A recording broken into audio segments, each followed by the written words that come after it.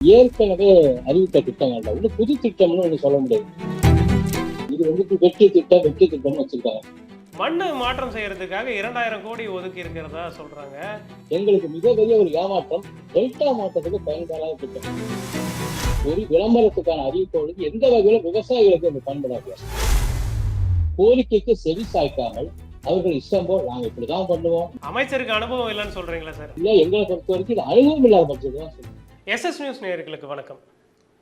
மிகவும் எதிர்பார்க்கப்பட்ட தமிழ்நாடு அரசுடைய வேளாண் பட்ஜெட் தற்போது அமைச்சர் வினோத் அவர்களால் தாக்கல் செய்யப்பட்டிருக்கு. இது தொடர்பாக பேசுவதற்காக நம்முடைய விவசாயிகள் சங்கத்திலிருந்து விவசாயி தமிழ்ச்செல்வன் அவர்கள் இணைந்திருக்கிறார். அவரோடு பேசலாம். வணக்கம் சார். ஐயா வணக்கம் ஐயா. வணக்கம் ஐயா. சார், இப்போ இந்த வேளாண் பட்ஜெட்டை எப்படி பார்க்குறீங்க? அமைச்சர் அவர்கள் பல்வேறு தகவல்களை பகிர்ந்திருக்காரு. கிட்டத்தட்ட 2 மணி நேரத்திற்கு மேலாக வாசிச்சிருக்காரு. இந்த வேளாண் பட்ஜெட் என்ன சொல்லுது சார்? இந்த வேளாண் பட்ஜெட்டை பொறுத்த வரைக்கும் எனக்கு 2 மணி நேரம் எங்களுக்கு வேஸ்ட்னு நினைக்கிறேன். பார்த்தா எங்களுக்கு காரணம் ஒரு அனுபவம் இல்லாத நம்ம பட்ஜெட்னு நினைக்கிறோம். கடந்த முறையெல்லாம் பார்த்தீங்கன்னா 47,000 ரூபாய் சொச்சா கிட்டத்தட்ட நம்ம நிதி ஒதுக்கி இருக்காங்க. இது மார்ச் மாசம் வரைக்கான 7 மாத பட்ஜெட் தான் எடுத்துக்கும். இது ஒரு இடைக்கால பட்ஜெட் மாதிரி எடுத்துக்கோம்.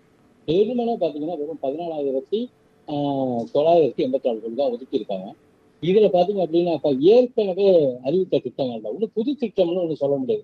நாங்களாம் மிகப்பெரிய விஜய் அவர்களுடைய முதலமைச்சர் பதவியேற்ற மிகப்பெரிய எதிர்பார்ப்பு அந்த விவசாயிகள் கூட திட்டம் புதுசா இருக்கும் பார்ப்போம் அப்படின்னு. இப்போ உழவு சந்தை மேம்படுத்துறது, பண்ணக்குட்டை வெட்டுறது எல்லாமே பழைய திட்டம். மாடி திட்டம், தோட்டக்கலைத்துறை, எதுவுமே இது புதுசா ஒண்ணு இருக்குன்னு பார்த்தோம்னா எதுவுமே கிடையாது.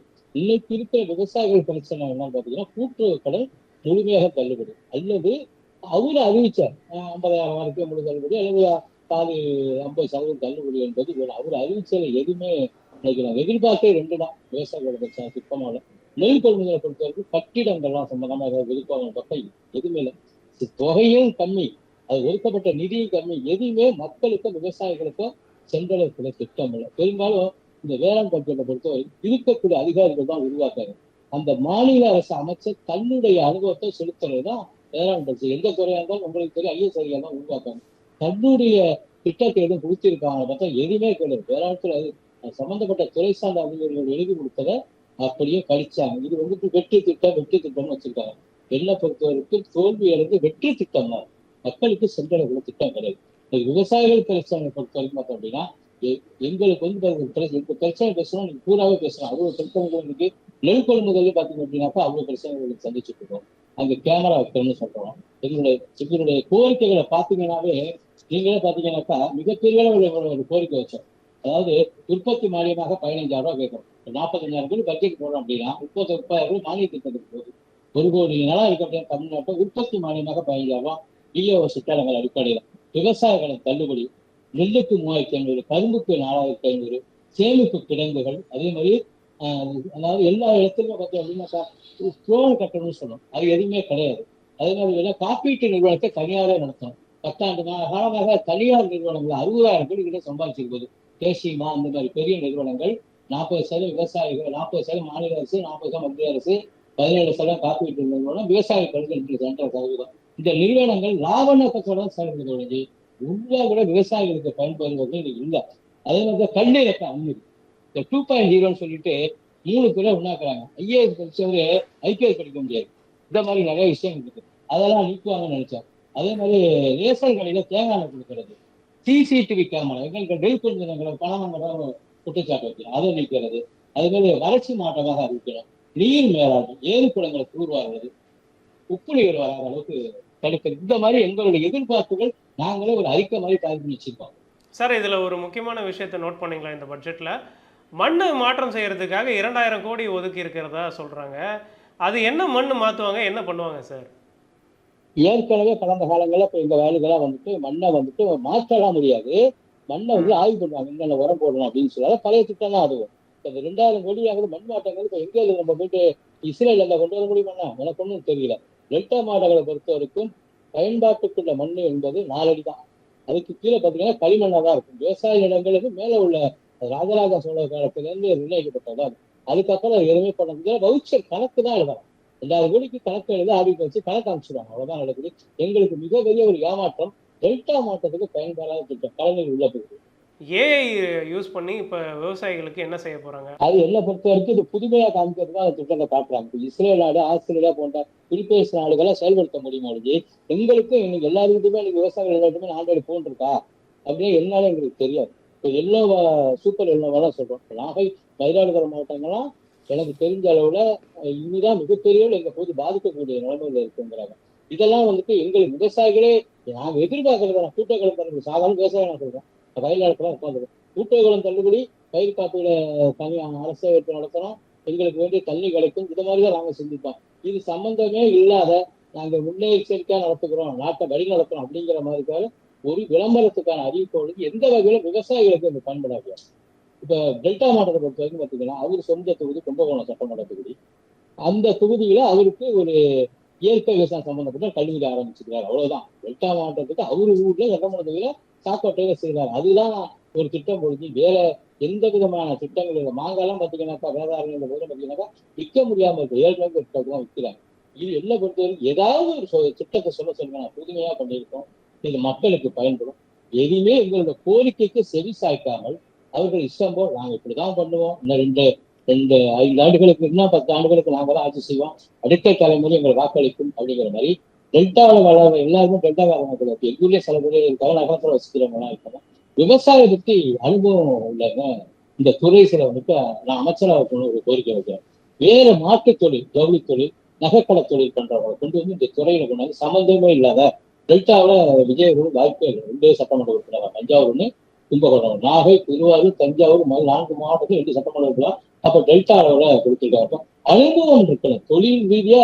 நான் இருக்கேன்னா விவசாய அந்த அனுபவத்தை நான் சொல்றேன். என்ன போய் நீங்க டெக்கு மாவட்ட தொழில் மையம்னா என்ன, லவாரி எங்களுக்கு தெரியாது. எனக்கு தெரிஞ்சது ஒரு துறை வேளாண் பேசணும். அப்ப துறை சார்ந்தே நாங்க பேசணும். அனுபவம் மிக்கவர்கள் இருக்கணும். அமைச்சருக்கு அனுபவம் இல்லைன்னு சொல்றீங்களா? உண்மைதான், நேரடியா சொல்றேன். வேளாண் துறை அமைச்சருக்கு வந்து இந்த தொழிலுக்கு அது சம்பந்தம். ஊருனா கிராமமா இருக்கலாம், நகரமா இருக்கலாம், தொடர்ந்து இது அனுபவம் இல்லாதனாலதான் அதுல பாருங்க, அரசு அதிகாரி எழுதி கொடுத்ததை மனப்பாடமா படிக்கிறாங்க. இவர்களுடைய சிந்தனை என்ன இருக்குன்னு அதை பார்க்க முடியல. அரசனுடைய கொள்கை முடியாது. ஐஏஎஸ் எழுதி கொடுப்பாங்க. இப்ப ஏதாவது அண்ணாதுரை ஐஏஎஸ் முதன்மை செயலாளர் இருப்பாரு, அவரு துறை சார்ந்த செயலாளர் அப்படியே அந்த வாசி. இதுல நம்ம புதுசா நம்ம என்ன அதை புகுத்தலாம், மக்களுக்கு எது பயன்படும் அப்படிங்கிற மாதிரி இந்த திட்டங்களை கொண்டு வரும்போது உழவர் சந்தைகள் ஏற்கனவே இருக்கு. அதை என்ன மேம்படுத்த போறாங்கன்னு தெரியல. ஏற்கனவே நல்லா தான் இருக்குது. சில இடத்துல செயல்படுது, செயல்படாம இருக்கு. அது ஓரளவுக்கு பண்ணல. அது மாதிரி பாத்தீங்க அப்படின்னாக்கா மாடி திட்டம், தோட்டக்கலைத்துறை திட்டம், இதெல்லாம் வந்துட்டு எந்த வகையிலும் மக்களுக்கு சென்றடையும். தோட்டக்கலைத்துறையா இருக்கட்டும், வேளாண் துறையா இருக்கட்டும், பொறியியல் துறையில ஏற்கனவே வாடகை இயந்திரம் ஏற்கனவே செயல்பட்டு தான் இருக்கு. வித்தியாசமான ஏதாவது ஒரு திட்டங்கள் இருக்கணும். விவசாயிகள் தொழிலாளர்களுக்கான திட்டமா இருக்கணும். விவசாயிகளுக்கு இருக்கணும். இந்த வரவேற்பு சொன்னா 25 நாள் அதிகப்படுத்துன்னு சொல்றாங்க 100 நாள் வேலையில. தமிழக அரசு 40 நாளாக ரூபாய் செலவு பண்ணுவாங்க. அது எந்த அளவுக்கு சாத்தியப்படுது, அது வேணா வந்து ஒரு விஷயங்களை வரவேற்கலாம். மற்றபடி வரவேற்க முடியாத ஒரு பெரிய இது இல்லை. எங்களை பொறுத்த வரைக்கும் இது அனுபவம் இல்லாத பட்சத்து தான் சொல்லுவோம். சார், இப்போ ட்ரெண்டிங்கா வந்து ட்ரோன்லாம் யூஸ் பண்றோம் அப்படின்னு சொல்றாங்க. அதாவது ட்ரோனை யூஸ் பண்ணி உங்களுக்கு பயிற்சிலாம் கொடுப்பாங்க, அதை வச்சு நீங்க மருந்துகள் எல்லாம் வந்து தெளிக்கலாம் அப்படின்ற மாதிரி சொல்றாங்க. இது உங்களுக்கு ஒரு நல்ல அட்வான்டேஜ் இல்லையா சார்? அதாவது ஏற்கனவே ட்ரோன் பூரா மானியத்துறை வந்து அதான் பண்ணிட்டு இருக்காங்க. ட்ரோனை பொறுத்த வரைக்கும் சிறு குறு விவசாயிகளுக்கு பயன்பட பெரும் பண்ணையார் கிட்டத்தட்ட ஒரு 50 ஏக்கர் 100 ஏக்கருக்கு வச்சிருக்கோம், 10 ஏக்கர் வச்சுதான் வாடகை போடுறோம். அங்கிருந்து வந்து போறதுக்கு அவனுக்கு நம்ம செலவுக்கு காசு கொடுக்கணும். 1 ஏக்கர் 2 ஏக்கர் 3 ஏக்கர் இந்த மாதிரி சிறு விவசாயம் எந்த வகையில் பண்றோம். அதுவும் குறிப்பா பெண்களுக்கு நாங்க பயிற்சி கொடுத்தோம் அப்படின்னு சொல்றாங்க. எத்தனை பெண்கள் உங்களுக்கு தெரியும், உடல் ரீதியாகவும் மன ரீதியாகவும் வயல்ல வந்து இறங்கி இன்னைக்கு வேலைக்கு ஆளு அவர்களால் அந்த பணி செய்ய முடியுமா? பெண்களுக்கு நீங்க ஒன்றுரிமை கொடுத்தது எங்களுக்கு சந்தோஷம், மாற்றுக்கருத்து கிடையாது. இந்த பணியில அவர்களை ஈடுபடுத்த முடியுமான்னு எங்களுக்கு ஒரு கேள்வி இருக்கு. ரோட ஒரு கரையிலந்து வைக்கணும், தண்ணீர் ஊற்றணும், ஆள் வச்சுக்கணும், இவ்வளவு இருக்கு. இந்த மாதிரி திட்டங்களும் என்னை பொறுத்த வரைக்கும் அது வெற்றி திட்டம் அல்ல, வெற்றி திட்டம் தான். ஒட்டுமொத்தமா ஆண்கள் சமமாக இந்த பயிற்சி கொடுங்க. இது வந்து பண்ணையர்களுக்கு தான் பயன்படும். 10 ஏக்கர் உள்ளவனா பண்ண முடியும். 2 ஏக்கர் உள்ளவன் ட்ரோனு கொண்டு வந்துருக்கோம்னா அவன் கையால் அடிச்சாலும் மிஞ்சி போனா 700 ரூபா சரி 1 ஏக்கர் போடும் சம்பளம். நீங்க 2000 ரூபாய் 3000 அப்ப வந்து வேலை மேல உட்கார்றதுக்கு போறது எந்த வகையில இது பயன்படும்னு எனக்கு நம்பிக்கை இல்லை. சார், இப்போ கடந்த ஆட்சி காலத்தில் இருந்ததுக்கும் இப்போ இருக்கிற இந்த வேளாண் பட்ஜெட்டுக்கும் என்ன வித்தியாசம், என்ன வேறுபாடு இருக்குன்னு நினைக்கிறீங்க? இந்த கடந்த ஆட்சி காலத்திலேயும் அமெரிக்க பன்னீர்செல்வம் போட்டதா இருக்கும், துறைக்கள்லாம் நான் அப்ப அந்த காலத்துல வெளியே பார்த்துட்டு தான் இருக்கும். எல்லா வேளாண் துறை அமைச்சர்களே தனக்கு எல்லாம் கிடைக்கிற மாதிரி தான் பட்ஜெட் போறாங்க ஒழிஞ்சு. அதாவது எப்படின்னாக்கா இது மக்களுக்கு சென்றடையோட திட்டங்கள் எதுவுமே கிடையாது. இந்த பைப்பெல்லாம் கொடுப்பாங்க, அந்த ஒரு ஏக்கர் 10-50 பைப்பெல்லாம் கொடுப்பாங்க, வந்து மூலிக்கு கொடுப்பாங்க. எங்களுக்கு தேவை 4 பைப்பு. இதை நாங்க மேற்கொண்டு காசு கொடுத்து 4 வாங்குவோம். இந்த திட்டமும் பழைய ஆட்சி காலத்துல தான் இருந்துச்சு. இந்த சொட்டு நீர் பாசனம் பைப்பு சொல்றீங்களா? ஆமா சார், அந்த கருப்பு பைப்புன்னு சொல்லுவாங்க. சொட்டு நீர் பாசனத்துக்குள்ள ஆயில் இன்ஜின் பயன்படுத்துறதுக்கும் கொடுப்பாங்க. அதை பயன்படுத்தினாலும் அது வந்து ஆயில் இன்ஜின் இருக்கு அப்படின்னா டெலிவரி 3 இன்ஜின் வச்சுக்கோங்க. தண்ணியை கொண்டு போற வாயில சூடு 4 இன்ச்சா இருக்கும். 3க்கு 4 டெலிவரி. அப்ப 4 கொண்டு போகுங்கிறது கொடுக்கணும். இவங்க கொடுத்தது 2 தான் உருப்படாம கொடுப்பாங்க. இந்த மானிய திட்டம் பூரா அந்த கம்பெனிக்காரன் சம்பாதிக்கும். அந்த பிளாஸ்டிக் கம்பெனிக்காரன் அதே மாதிரி தார் பாய்க்கு ஒரு 20 கோடி ரூபாய் அறிவிச்சிருக்காங்க. அந்த அதெல்லாம் வந்து ஏற்கனவே லோக்கல்ல டெண்டர் உள்ளது. அந்த நாங்க வாங்குற சார்பாய் கூட நல்லா இருக்கும். அரசு கொடுக்கறது அதுக்கு மத்திய அரசு ஜிஎஸ்டி போடும். அதோட பெரிய கொடுமை. அதே மாதிரி டிராக்டர் மானியம் இதெல்லாம் பார்த்தீங்க அப்படின்னாக்கா குறிப்பிட்ட விவசாய சங்க தலைவருக்கு தான் அது கிடைக்கும். அதாவது ஒரு விவசாய சங்க தலைவர் இருக்கலாம், பச்சை துண்டு போடுவதற்கு முன் பச்சை துண்டு பின்னுன்னு நான் சொல்லுவேன். எப்படி சொல்றது கேட்டீங்கன்னா கீமை கீப்பு மாதிரி. அதுக்கு முன்னாடி நான் பொருளாதாரம், அதுக்கு பின்னாடி பொருளாதாரம். இதெல்லாம் அரசு விவசாய சங்க தலைவர்கள் ஆய்வு செய்யணும். அவங்க பணங்களுக்கு பேசுறாங்க, இவங்க சப்போர்ட் பண்ண, அதெல்லாம் தவறு. எல்லா விவசாய சங்கங்களும் ஒட்டுமொத்தமாக குற்றம் சாட்டப்படுது. கடந்த ஆட்சியிலாம் பார்த்தோம்னாக்கா இவனும் ஒரு பெரிய மாறுபாடு கிடையாது. அவங்க 46 கோடிக்கு இதே மாதிரிதான் பாட்டு பாடுற மாதிரி வாசித்தாங்க. இவங்க 17,500 கோடி வாய்ப்பு அவங்க 100 கோடியா வாசிப்பாங்க. 20 கோடி 18 கோடி ரூபாய் வாசிச்சிருக்க நான் உட்காந்துருக்கேன். உங்களுக்கு ஏதாவது ஆதாயம் இருக்கும். இன்னைக்கு பிரச்சனை இல்லை. கூட்டுறவு தலைவர் வாய்ப்பு கொடுத்தா இல்லை. தண்ணி பிரச்சனை மேகதாது கொடுத்து என்ன நீங்க பண்ண போறீங்க? அது இல்லை. இந்த நீர் மேலாண்மைங்கிறது முக்கியம். கடலுக்கு 500 டிஎம்சி போகுதுன்னா அவன் கர்நாடகாரன் கோர்ட்ல சொல்றாங்கன்னா தப்பு கிடையாது. நம்ம ஒழுங்கா அந்த தண்ணியை நம்ம சேவிச்சோம்னா இவ்வளவு தூரம் வந்திருக்குமா? பட்ஜெட்ல வந்து கடன் தள்ளுபடி செய்யப்படும் எல்லாருக்கும் ஒரு எதிர்பார்ப்பு இருந்ததுன்னு விவசாயிகள் தரப்புல சொல்லப்பட்டது. ஆனா இந்த வாட்டி கடன் தள்ளுபடி செய்யப்பட்டிருக்கா? நேற்று கூட்டுறவு தலைவர் 8,000 தள்ளுபடி பண்ணி சொல்லியிருக்காங்க. 8,000 சொல்லி ஒதுக்கியிருக்காங்க. 8,000 சொச்சம். இப்ப இன்னைக்கு பயிர் கடனை பற்றி ஒரு வார்த்தை கூட சொல்ல. அவர் என்ன அறிவிச்சாரோ இவருடைய போராட்டத்துக்கு பிறகு 75,000 வரை கடன்கள் தள்ளுபடி, 75,000க்கு மேல உள்ளது 35%, 35,000 அந்த வரவு வைப்பேன்னு சொல்றாரு. வட்டியே 35,000. கிட்டத்தட்ட ஒரு கூட்டுறவுத்துடன் வாங்கிய கடனை உடனடியாக இதை தள்ளுபடி செய்யணும்னு ஒரு கோரிக்கை வச்சோம். இப்போ இது எடப்பாடியார் காலத்துல கிட்டத்தட்ட எனக்கு தெரிஞ்சது பார்த்தீங்கன்னா 30,000 கோடி. ஸ்டாலின் அவர்கள் முதலமைச்சராக இருக்கப்போ 11,000 கோடி, 21,000 கோடி ஸ்டாலின் அவர்கள் தள்ளுபடி பண்ணாரு. இதுல ஒரு சின்ன பிரச்சனை இருக்குன்னு பாத்தீங்கன்னா திமுக இப்போ தேர்தல் அறிக்கையில கூட்டுகளை தள்ளுபடி சொல்லவே இல்லை. நீங்க கவனிச்சீங்கன்னு சொல்ல எடப்பாடி அறிவிச்சார். எந்த நம்பிக்கை அறிவிச்சார்னா மத்திய அரசு நிதி கொடுக்கும் நம்பிக்கையில் அறிவிச்சார். இவர்களுக்கு அந்த சட்டப்பூர்வம் எடுத்து சொல்ல ஆள் இல்லை, ஆளுமை இல்லை, ஆள் கிடையாது. இது தவறுதலாக வேளாண் கடன் தள்ளுபடி பண்றேன்னு சொல்லிட்டாங்க. அப்ப மானியம் கொடுக்கணும்ன்றீங்க, நேரடியா மானியம் கொடுத்தாதான் சரியா இருக்கும் அப்படின்னு சொல்றீங்க.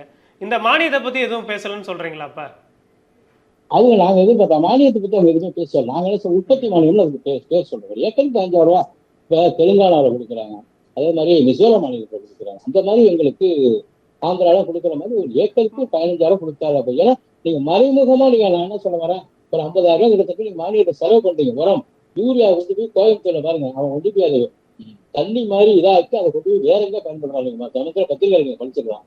ஒரு யூரியாவுக்கு 260 கொடுக்குறாங்கன்னா 1,000 ரூபாய் மத்திய அரசு மானியம் கொடுக்குது. அந்த மானிய யூரியா கொண்டு போய் இன்னும் பல வெளிநாடுகளுக்கு இலங்கை கடத்தா சொல்றாங்க. கோவில்பட்டியில பிடிச்சாங்க, கடலூர்ல பிடிச்சாங்க, கோயம்புத்தூர்ல அந்த மானிய யூரியா கொண்டு போய் அதை பேஸ்ட் மாதிரி ஆக்கி வேற இருக்க கேரளா கொண்டு போறோம். தோப்பு உள்ள இருந்து பிடிச்சத கூட நீங்க கோயம்புத்தூர்ல பார்த்துக்கலாம். பன்னாட்டு கம்பெனிகளும் அந்த யூரியா மானியத்தை அனுபவிச்சிருப்பாங்க. விவசாயிகளுக்கு அந்த மானியத்தை நேரடியாக கொடுக்கலாம்.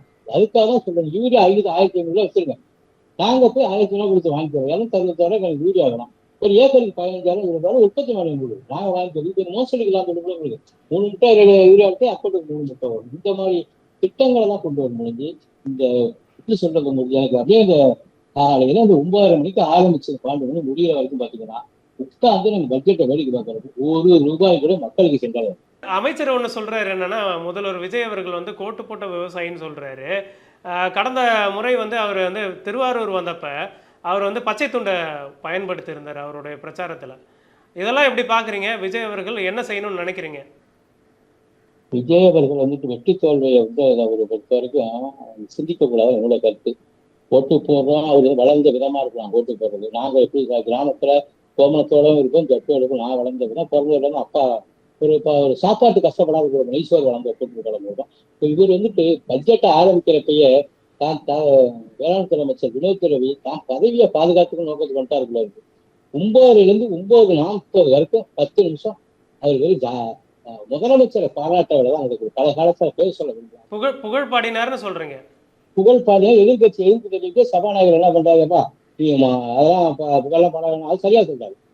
வாழைக்கு மொட்டு கொடுத்தல் திட்டம் வந்து செயல்படுத்தப்படும் அப்படின்னு சொல்லி அமைச்சர் வினோத் வந்து சொல்லியிருக்காரு. இந்த அறிவிப்பை எப்படி பாக்குறீங்க?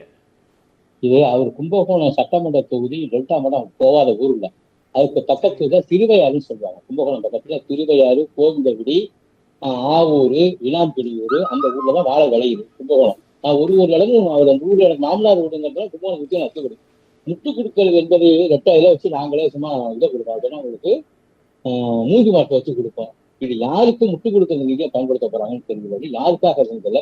இதெல்லாம் வந்து பாருங்க ஒரு அனுபவம் இல்லாத இதுதான் அனுபவம் இல்லைன்றீங்களா? அப்ப இது அனுபவங்களை திருவையாறு அவன் மூஞ்சி மரம் வச்சிருக்கான். மூஞ்சி மரம் வாங்க கூட ஆள் இல்லை. யாரு கேட்டீங்க பாருங்க, மூஞ்சி மரம் கண்டாதான் வச்சு மூஞ்சி வாங்கி கூட வைக்க போறான். இதை நீங்க 50 கிலோ இருக்குது எங்க நீங்க முட்டு கொடுக்க போறீங்க எனக்கும் தெரியல. இது யாருக்கு நீங்க முட்டு கொடுக்கல, நீங்க ஐடியா கொடுத்தாலும் முட்டு கொடுக்கணும். இந்த வாழை சம்பந்தமாக ஐடியா கொடுக்குறாரு. இங்க மட்டும் கிடையாது, திருவையெல்லாம் பாருங்க, கல்யாண வழியா மட்டும் எல்லாம் வாழை மரம் வாழை இலக்காம பயன்படுத்துறாங்க. தென்மேற்கு பருவமழையானப்ப எப்படி வேணாலும் காத்தடிக்கும், வடகிழக்கு எப்படி காத்தடிக்கும். இனி வரும் காலங்கள்ல வரும் ஆண்டுகள்ல அவங்க எந்த மாதிரி எல்லாம் திட்டங்களை நிறைவேற்றணும்னு சுருக்கமா சொல்லிருங்க சார். 5 ஆண்டுகளுக்கான திட்டங்கள் எதுவுமே இங்க வரல. எதுவுமே ஓராண்டு திட்டம் தான். விவசாயிகளை இவர்களை மட்டும் அனுப்பக்கூடாது, அமைச்சர்களை மட்டும் அனுப்பி செட்டப் பண்ணி ஆலோசனை கேட்க கூடாது. ஒரு மாவட்டம் வாரியாக ஒரு 10 விவசாயிகளை தேர்ந்தெடுத்து அவர்களுக்கு ரூம்ல போய் உட்காந்துக்கிட்டு, அப்பா நீ இதை மட்டும் சொல்லு, ஜால்ரா போற விவசாய சங்கத்தை அழைச்சிருக்கோம், அனைவரையும் கூப்பிட்டு உங்களுடைய கருத்துக்களை கேட்கணும். இதை காணொலி அவரால் வர, அவர் வந்தாதான் கூட்டா லட்சக்கணக்கான மக்கள் கூட்டுது, போக்குவரத்து இடைவெளி கட்டப்பட முடியும். அவர் வர வேணும்.